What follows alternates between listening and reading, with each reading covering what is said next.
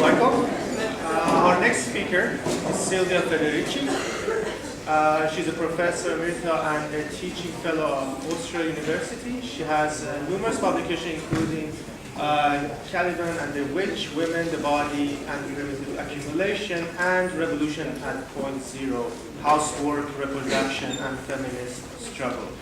The title of her talk today is Marx, Gender, and Reproduction of the Working Class. Good evening.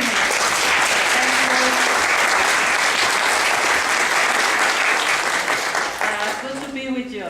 Good to see this room, so beautiful. Actually, the title of a paper, which still needs a lot of work, it's Revolution Begins at Home, Rethinking Marx, Reproduction, and the Class Struggle. I will read maybe a little bit from the paper, but mostly in the limited time that I have, I want to, as a provocation maybe, but I think a provocation that is necessary, to point to some of the limits of Marx's analysis that I think still have an impact on contemporary Marxism, and I think we need lead us to rethink some of the aspects of his work, if their work has to help us to build an anti-capitalist struggle.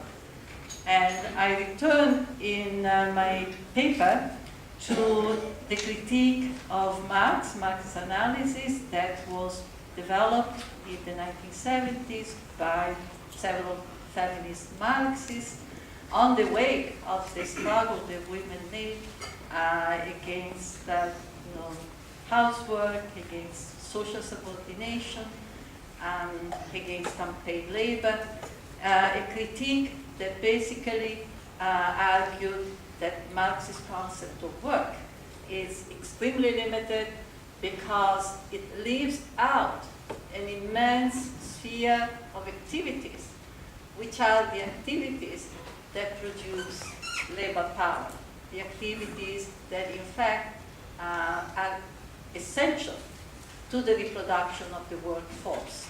Now I return to that critique and build upon it because again I think that starting from there we can also move on to see other aspects of Marxist analysis and conception of capitalism that we need to rethink.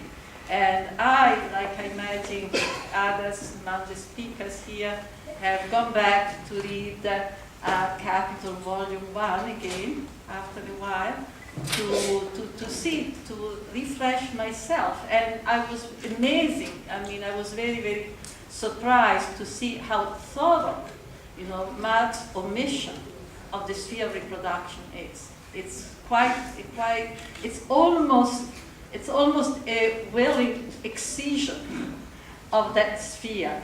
And it's even more puzzling because, in fact, at one point in the famous chapter on simple reproduction, where Marx deals with the reproduction of labor power, Marx, in fact, argues that the work that reproduces labor power is as essential to capitalist accumulation, as the production of the machine, as the cleaning of the machines. So Marx was aware that labor power, the workforce, it's not a given. With the capacity to work, the capacity to be exploited, is not something that is given, but has to be produced and has to continuously be reproduced because you are consumed every day in the work process. You are exhausted, the reproduction capacity is taken away from you and it has to be rebuilt. So Marx sees that it's not a given, but the way he imagines the reproduction to take place is in fact, as Imani pointed out, he has the image of a worker, male, predominantly male, the image of a worker that is self-reproducing. So the way Marx describes the reproduction of the workforce is in the following. The worker receives the wage, with the wage buys the necessities of life, consumes the necessity of life, and this is the reproduction of work. There is no other work, other than work involved in commodity production, that interferes. There is no work, there is no work of preparing the food, of making love, none of washing clothes, none of the work that in capitalism has traditionally been done by women. None of the work is there.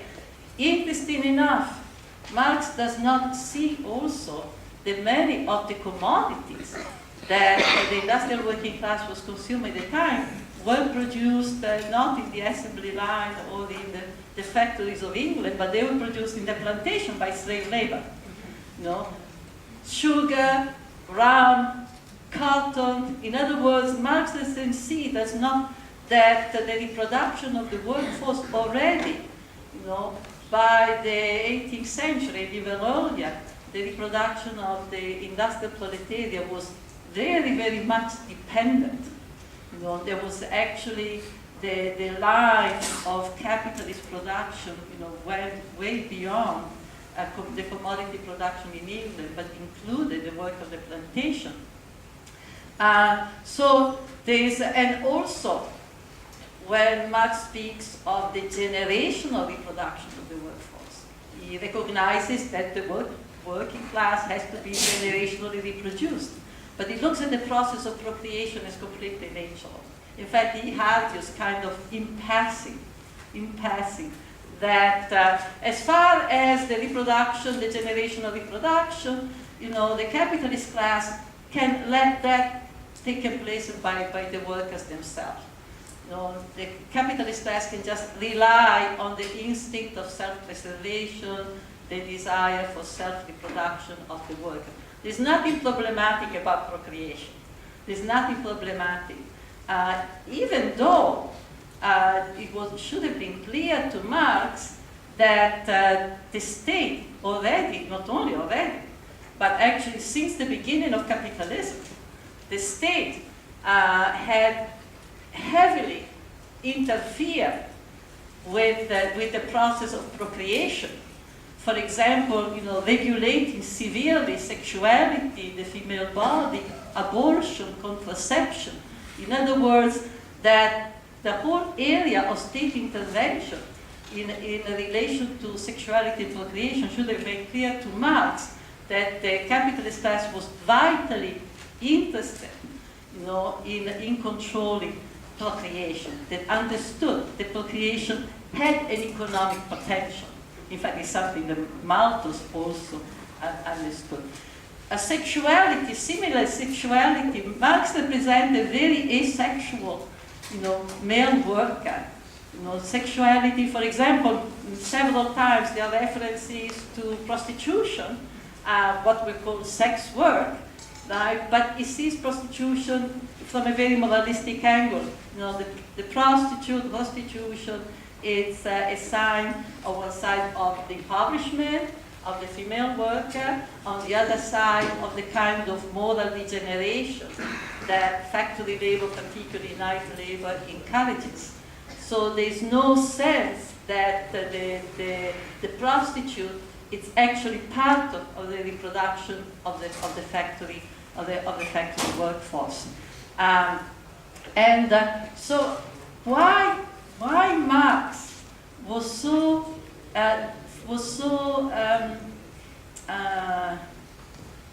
blind, right? Was so blind to the fact that procreation, sexuality, and housework, that these are forces of production. That these are forces of production.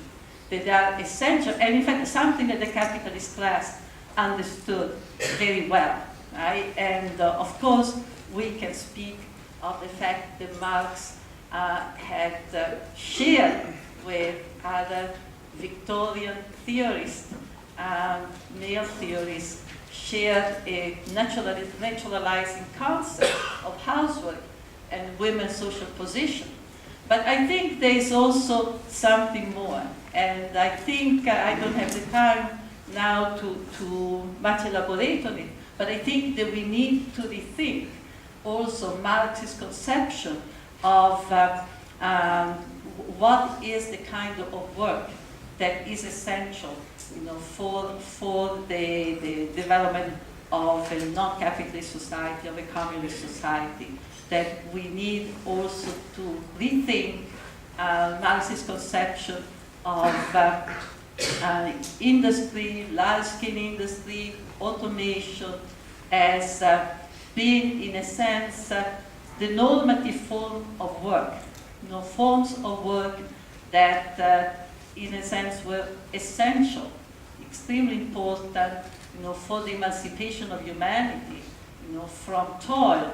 And basically, I think that it may have had an impact that led him to look at housework and domestic activity, as well as slave labor, as well as plantation labor, as, in a sense, forms of work that would be left behind, that the consequent development of capitalist relations, in a sense, would leave behind, would be superseded.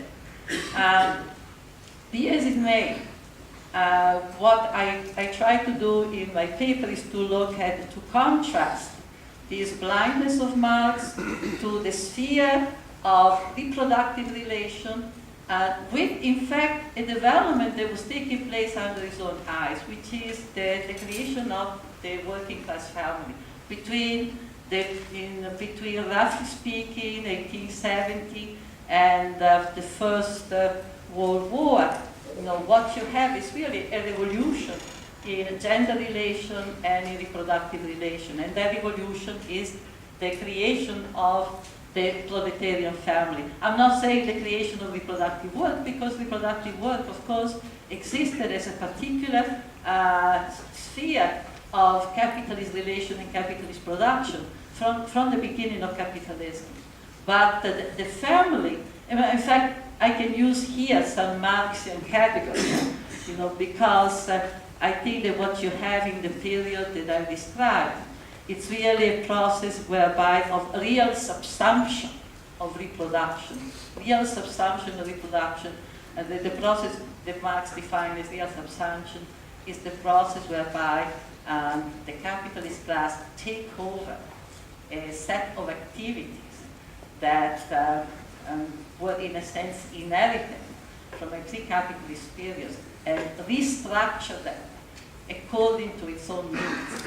And in fact, this is exactly what we see happening between 1870 and to the turn of the century, with the gradual expulsion of women and children from the factory, the introduction of the family wage, and basically the creation of a whole infrastructure, and including the introduction of whole set of regulation that begin to distinguish between the prostitute and the housewife, right? So the creation of the full-time housewife, the creation of housework really belongs to this period.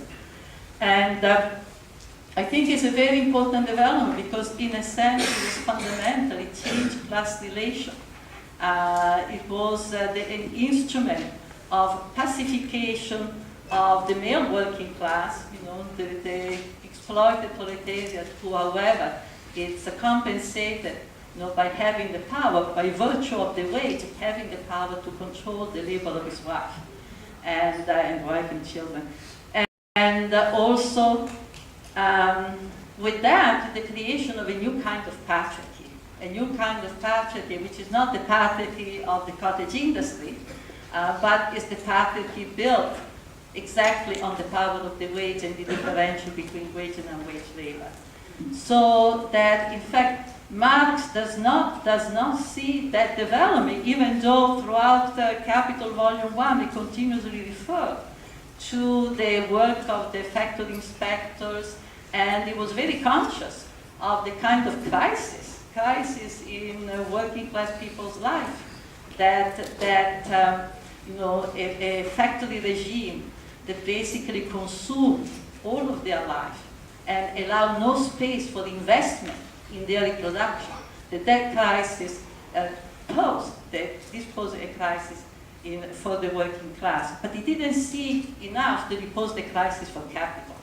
And he didn't see enough that, in fact, within the space of decades, there will be a drastic change in working class life, particularly with the creation of the family wage that again instituted and instituted a whole set of power relations, a new gender hierarchy. So what I want to say, how much I left now? 10 minutes? Okay.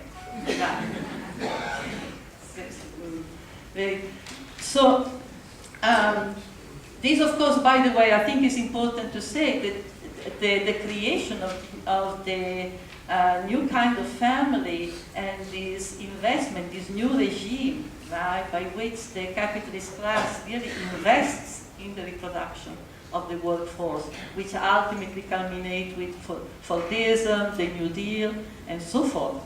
That this is what allowed really the transition in capitalism from light industry to heavy industry, which would not have been possible with the kind of emaciated and riotous working class of the first period of industrialization.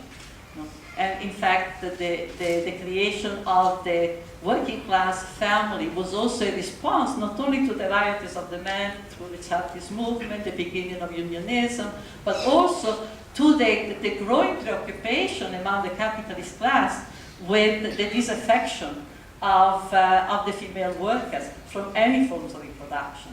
And with the fact that by the power of the small wage that they'll be able to gain, they would in fact be able to reject any kind of authority over them. And in fact, there are many descriptions of these new workers that now basically are capable of standing up to men, and in some cases also standing up to their employer. Okay, what is the next step, right? This next step is to say that yes, we can accuse Marx of being a Victorian gentleman. He didn't see housework, he naturalized women's labor, but I think that's not enough. And like was said before, I think that it's really very important to raise a certain question that come when we consider the consequences, when we consider the limits that this omission, right, implied in Marxist work. For instance, one, overvaluation of the power of industry, the power of automation to liberate human labor. As anybody who has done a lot of work, care work, reproductive work, knows that automation cannot reproduce us. That there's a tremendous amount of work, now, especially the work of raising children, which still is considered by economists today, if I'm not wrong, here maybe you can correct me if I'm wrong, but some of the last time I checked my statistics, they said that in fact these reproductives, it's one of the largest sector, if not the largest sector of work on earth. Right? Now, children cannot be reproduced by large-scale automation. They cannot be. I know that in Japan they have nurse bots, love bots, etc. But I think we still need more mutation before we arrive to the point of having the machine raising our children. So this raises very important question, on the question. Second, Marx does not see how hierarchies, the capitalist use of the wage to create hierarchies, and how these gender hierarchies, right, which are the material basis for racism, sexism, have become a powerful force. They have become a force that almost has taken on a life of its own. Of course, they continuously have to be reconstituted, and don't we know it today? We know it today, they have to continually be given new foundation, but nevertheless, they've almost expired.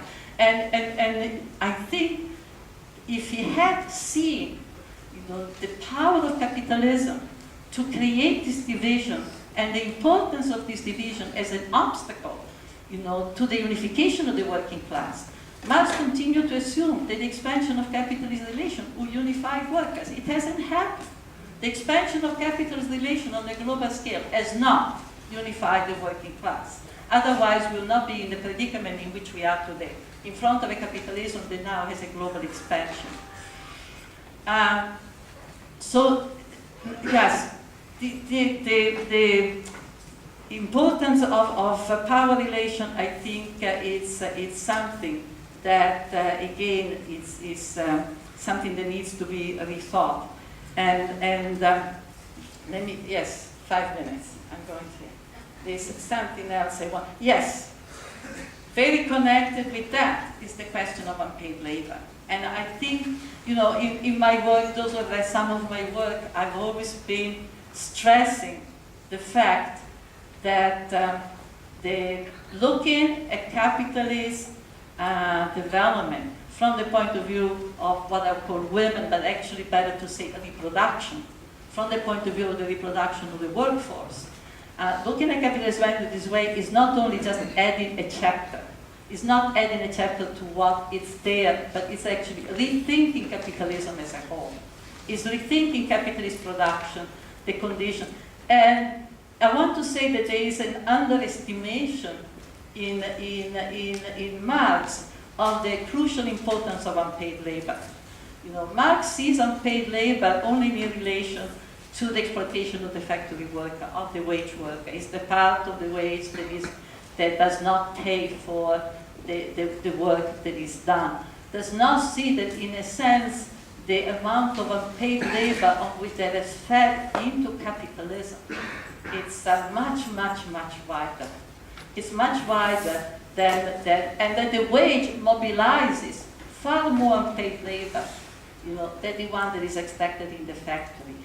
And I think this is very important because it begins, once we see that, we begin to have a clue, you know, why in capitalism we have the continuous return of primitive accumulation. How the creation continuously of unpaid worker, of slave-like forms of labor like the ones we are seeing today.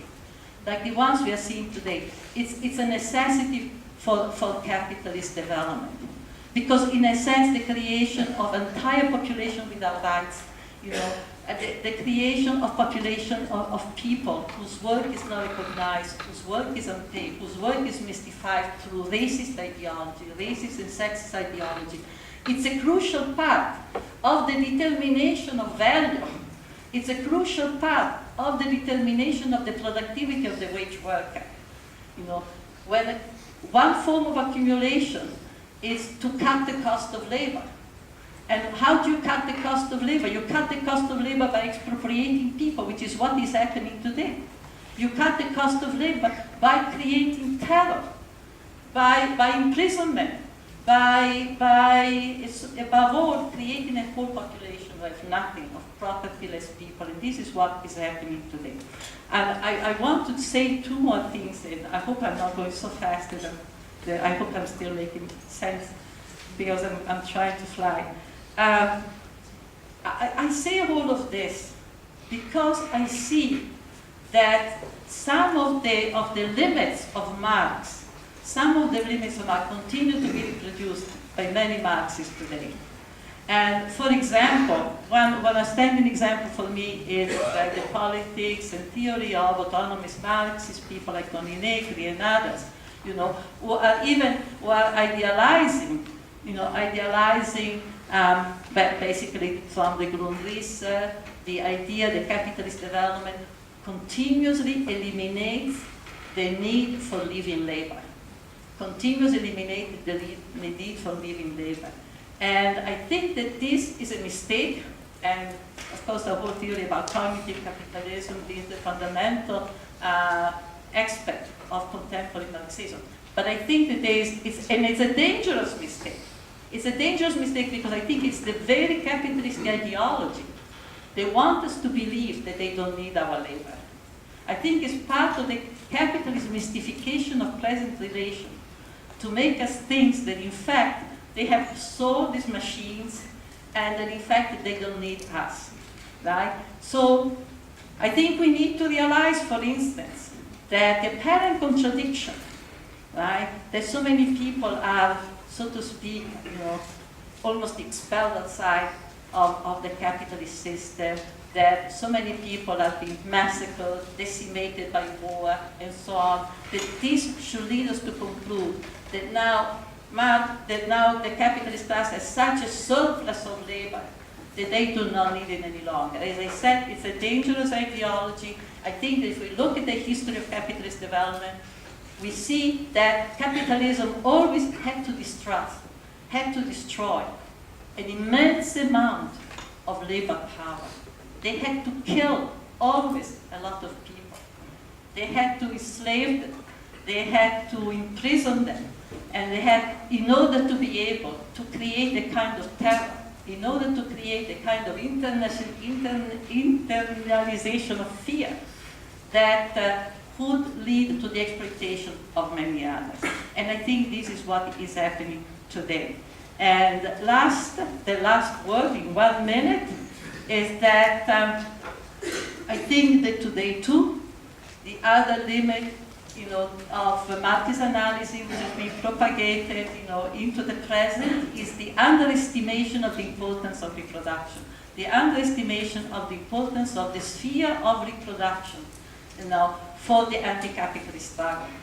And I think if we look at today, some of the most important, movements that are taking place at the global level, and here I'm thinking particularly of places like Latin America, where there's now, for example, a whole new surge of feminist movements that are fighting against violence, but they are connecting the violence against women, they are connecting it to the new forms of capitalist accumulation, they are connecting it also to the destruction of the environment, they are connecting it to the expropriation from the land, from the forest, from the water. So there's still, I think, in Marxist theory, an underestimation of the importance of reproduction, not only for the propagation of the workforce working for capital, but most important, for the, for the reproduction on an expanded scale of an anti-capitalist struggle. Thank you.